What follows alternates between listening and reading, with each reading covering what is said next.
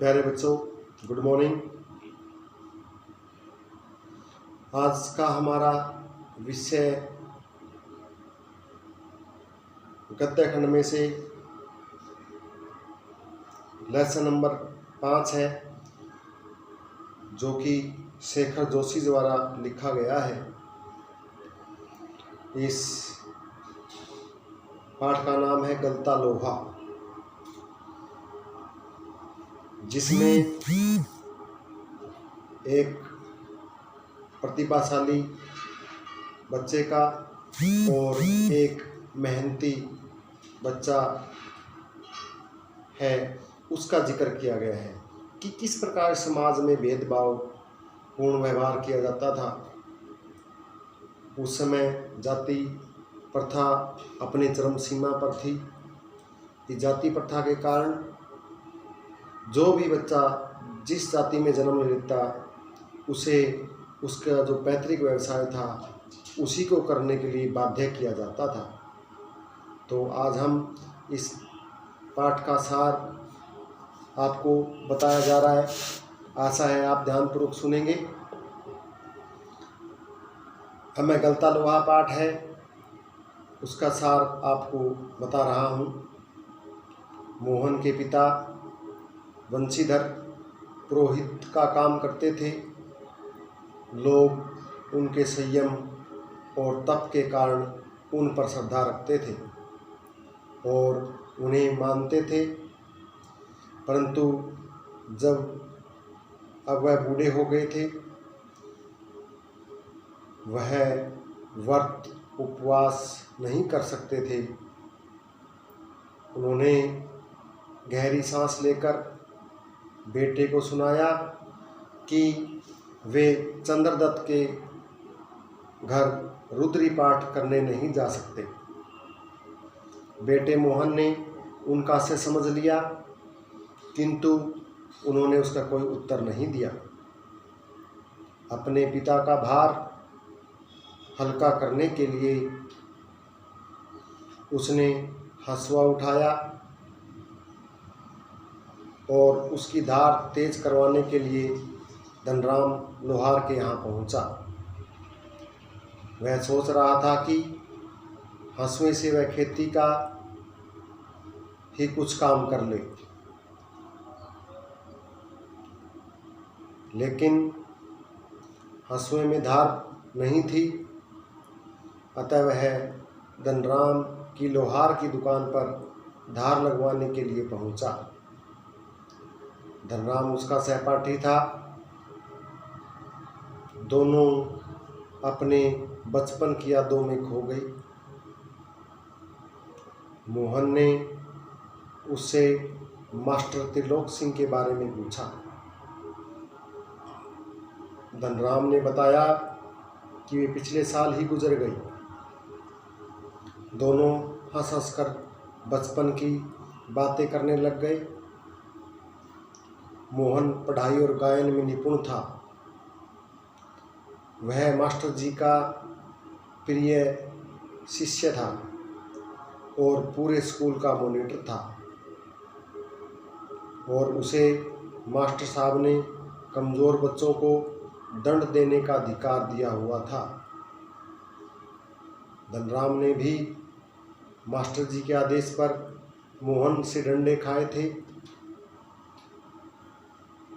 धनराम मोहन से मार खाने के बावजूद मोहन के प्रति स्नेह और आदर का भाव रखता था, क्योंकि जातिगत आधार की हीनता उसके मन में बैठा दी गई थी। उसने मोहन को कभी अपना प्रतिद्वंदी नहीं समझा। धनराम भी तीसरी कक्षा तक ही पढ़ा था। उसका मन पढ़ने में नहीं था। उसे तो 13 का पहाड़ा तक कभी याद ही नहीं हुआ। तभी तो मास्टर जी ने उस पर व्यंग्य किया था, तेरे दिमाग में तो लोहा भरा हुआ है रे, विद्या का ताप कहाँ लगेगा इसमें। मास्टर जी उसे दरांतियों पर धार लगाने के लिए दे देते थे। उसके पिता गंगाराम ने उसे धार लगाने, हथौड़े से घन चलाने तक की विद्या सिखा दी थी। एक दिन अचानक गंगाराम जी चल बसे और धनराम ने सहज मन से उसकी विरासत संभाल ली।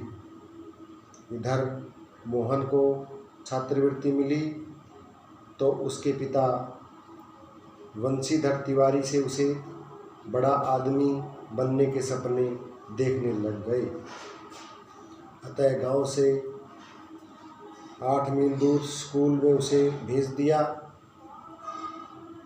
शाम में थका मांदा जब वह घर पहुंचता तो उसके पिता पुराण कथाएं सुनाकर उसे उत्साहित करते। मोहन को नदी पार करके स्कूल जाना पड़ता था।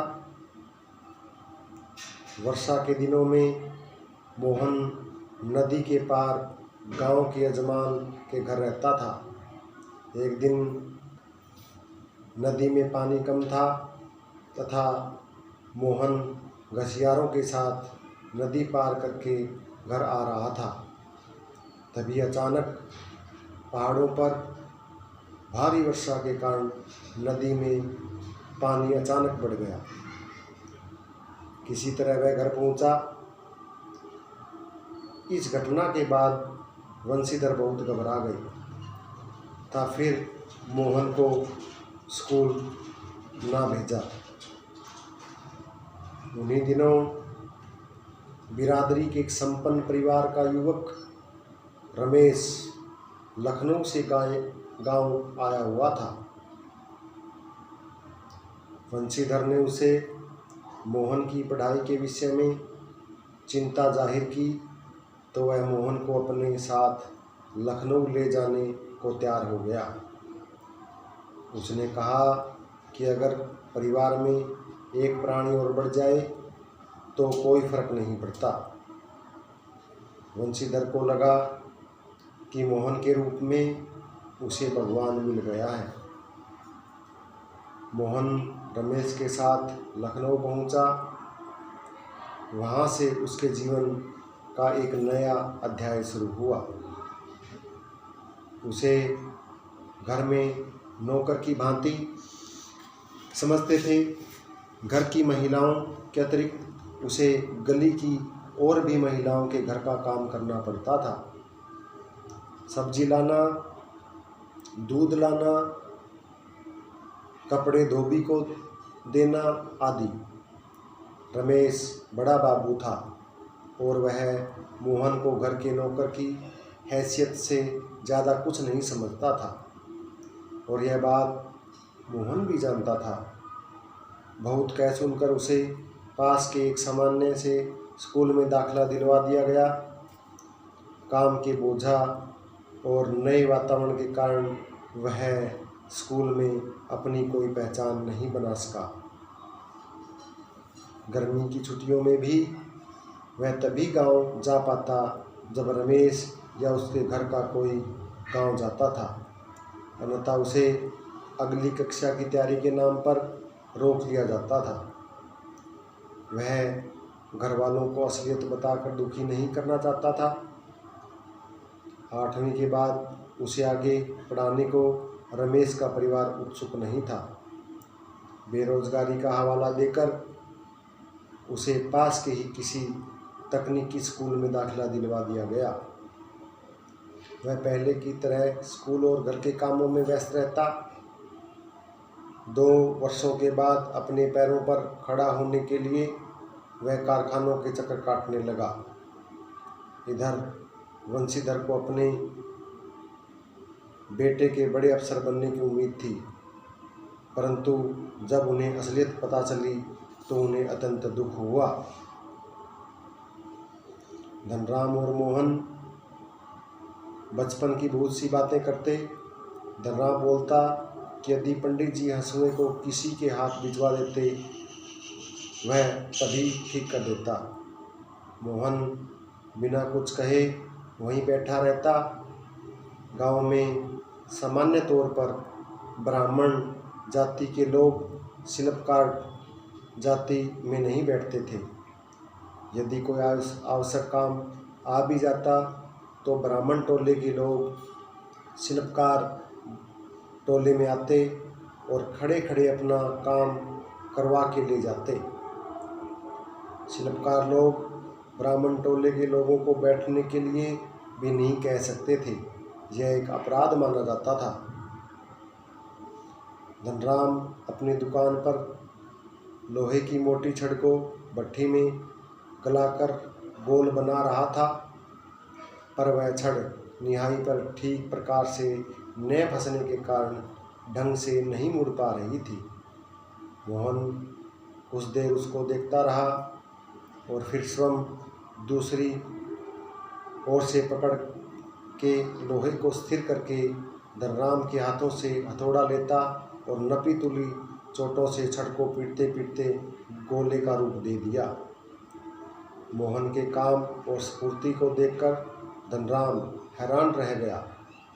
वह पुरोहित खानदान के युवक द्वारा लोहार का काम करने पर आश्चर्यचकित था और मोहन की आंखों में एक सर्जक की चमक थी, जिसमें न स्पर्धा थी न ही किसी प्रकार की हार जीत। तो इस प्रकार से यह पाठ का सार पूरा होता है।